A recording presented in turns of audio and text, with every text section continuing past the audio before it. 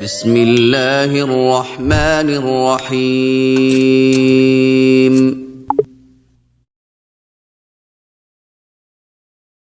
Bismillahirrahmanirrahim. Assalamualaikum warahmatullahi wabarakatuh. Ahlan wa sahlan wa marhaban bikum fi qanati Fuduliyatil Lughatil Arabiyyah. Jumpa lagi dengan channel Kebah Bahasa Arab, tempatnya belajar bahasa Arab bagi pemula.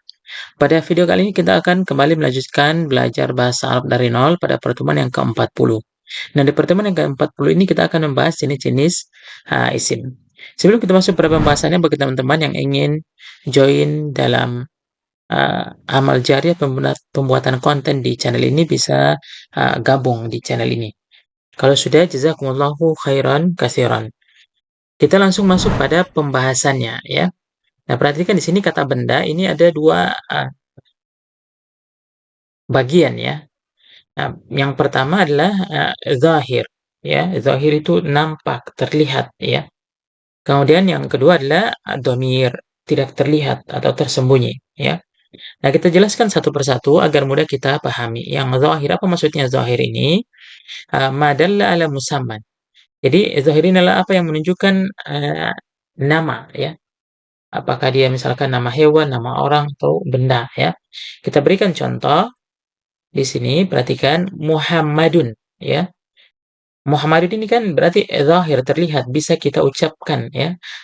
Kalimatnya itu kelihatan. Muhammadun, ya. Katanya kelihatan. Qalamun, pena. Dajjajun, ayam. Ya. Berarti ini nampak, terlihat. Ya. Nah, kita perhatikan yang dhamir, ya. Tidak terlihat. Agar mudah kita pahami yang zahir dan dhamir.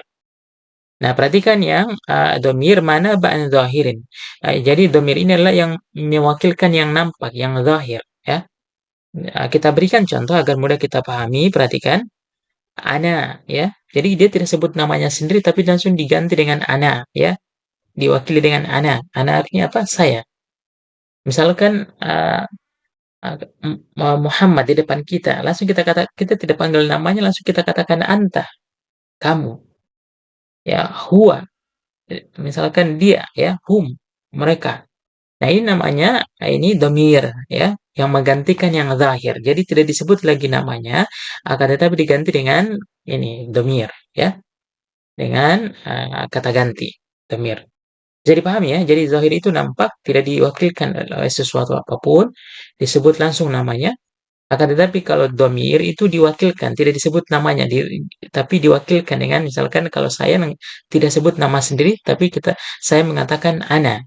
Misalkan kamu di depan kita, kita tidak sebut namanya dia, akan tetapi kita katakan anta. Huwa dan hum begitu ya, sama. Jadi pahami nih ya, perbedaan yang zahir dan dhamir. Kita masuk di bagian yang kedua, ya. Dhamir itu, kata ganti itu ada dua, ya. Yang pertama ada ad-dhamiru muttasil, bersambung, ya. Ada yang dhamir munfasil, ya. Dhamir munfasil. Apa itu munfasil? Terpisah, ya. Nah, kita berikan contoh satu-satu agar kita pahami dengan baik. Apa maksudnya ad-dhamirul muttasil? Kata ganti yang bersambung. Perhatikan di sini, la yubtada'u bihi. Jadi, dhamir muttasil ini la yubtada'u bihi. Apa yang tidak dimulai dengannya. Jadi dia tidak bisa dimulai dengannya sebuah kalimat, ya. Karena dia harus bersambung ya dengan kata sebelumnya. Nah, kita berikan contoh, perhatikan jalastu, ya. Nah, tu ini namanya muttasil. Bersambung dengan jalasa. Asal katanya jalasa disambung dengan tu, jalastu. Saya duduk. Antum katabtum, ini tum ini namanya dhamir muttasil. Bersambung dengan kataba, katabtum. Sama dengan zahabna, ya. Nah, ini nahnu.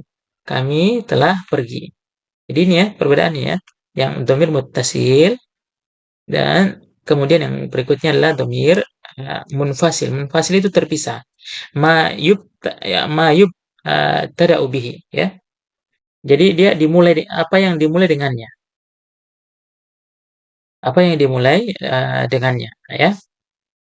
Perhatikan, kita berikan contoh di sini. Ana, saya. Anta, kamu. Huwa, dia, hum, mereka. Ini berarti terpisah ya. dia tidak digabung. Misalkan ana naum, saya tidur, atau anta zahibun, kamu pergi, atau huwa mahirun, dia pintar, atau hum hadiruna, mereka datang. Berarti ini boleh dimulai uh, untuk sebuah kalimat dan dia tidak bersambung dengan kata setelahnya, dia berdiri sendiri, ya. Makanya dinamakan munfasil, terpisah, ya. Sedangkan muttasil itu bersambung, dia harus bersambung dengan kata sebelumnya, ya. Dia tidak bisa dimulai sebuah kalimat, ya, menggunakan dhamir muttasil. Akan tetapi kalau munfasil boleh karena dia terpisah, ya. Bisa dipahami nih ya. Bagi teman-teman yang ingin bertanya, dituliskan di kolom komentar. Kita masuk pada pembahasan berikutnya. Domir muttasil, ya. Kata ganti yang bersambung ini juga dibagi menjadi dua, ya. Dua bagian. Apa itu? Yang pertama adalah bariz, al-bariz. Baris itu muncul atau nampak. Nanti kita akan jelaskan, ya. Yang kedua adalah al-mustatir. Mustatir itu tersembunyi, ya. Jadi kalau baris ini muncul, nampak, kelihatan. Kalau kalau mustatir ini tersembunyi. Kita berikan pengertian. Pertama, perhatikan, ma lahu suratun fil lafzi, ya. Jadi apa yang nampak diucapkan. Jadi kita ucapkan kata tersebut, maka dikatakan nampak, kelihatan. Kalau mustatir, kata gantinya tidak disebutkan, tersembunyi, ya. Nah, sekarang kita berikan contoh dulu untuk yang baris. Perhatikan, jalasta, kamu duduk. Ini ta ini berarti kita baca kan, ya. Kita baca dalam lafaznya. Maka dikatakan baris. Muttasil baris. Muttasilnya ini nampak, kelihatan.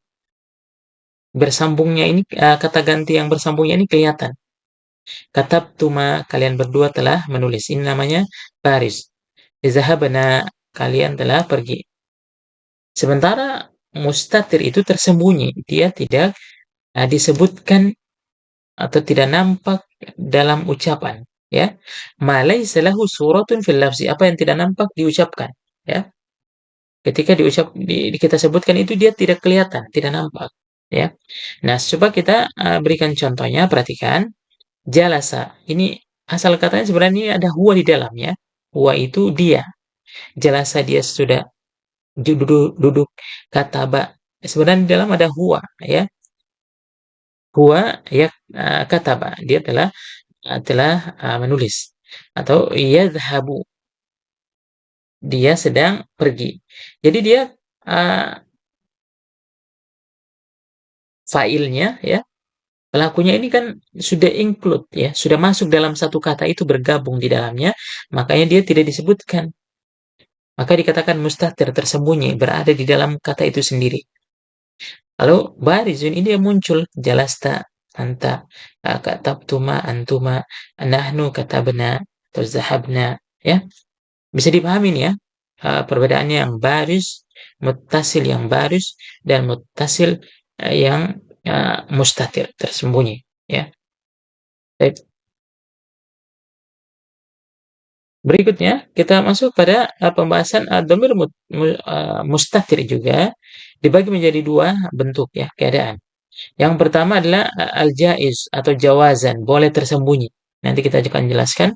Kemudian yang kedua adalah al-wajib, wujuban atau wajib tersembunyi. Nah, kita berikan dulu pengertian. Pertama, perhatikan, ma yahullu mahallahu zahir. Boleh digantikan isim zahir, ya. Boleh digantikan kedudukannya dengan isim zahir.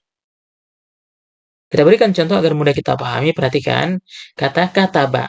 Ini kan sebenarnya sudah tersembunyi di dalam, ya. Huwa, ya. Akan tetapi boleh kita munculkan, kita sebutkan nama orangnya. Misalkan kataba Ahmadu. Berarti Ahmad sudah menulis. Bisa dipahami ya, maksudnya jaiz itu boleh tersembunyi, boleh dinampakkan, ya. Boleh dinampakkan. Ini kataba ini sebenarnya sudah include di dalam huwa, sudah masuk di dalamnya itu huwa. Maksudnya huwa ini adalah Ahmad, maka boleh kita katakan kataba Ahmad. Jadi boleh tersembunyi, boleh dimunculkan, ya. Boleh ganti dengan isim zahir, ya. Ini isim zahir kelihatan dibaca, ya.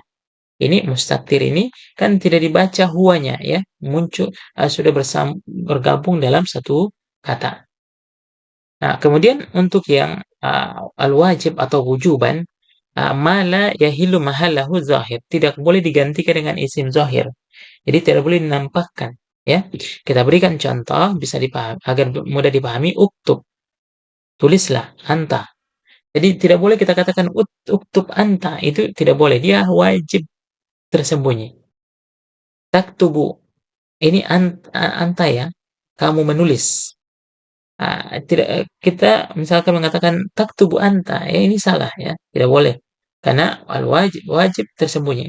Kita katakan taktubu di depan kita orangnya kan sudah cukup ya. Tidak boleh kita tambahkan lagi anta. Atau naktubu, kami menulis. Tidak perlu kita katakan naktubu nahnu ya.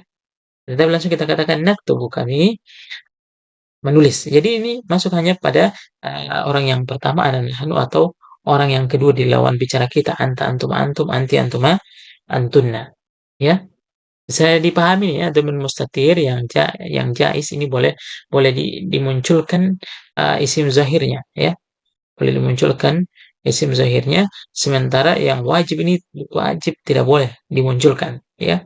Tidak boleh dimunculkan isim zahirnya ya, isim zahirnya. Baik teman-teman, ini ya pembahasan kita pada kesempatan kali ini. Bagi yang belum paham bisa dituliskan di kolom komentar. Demikian, semoga bermanfaat. Assalamualaikum warahmatullahi wabarakatuh.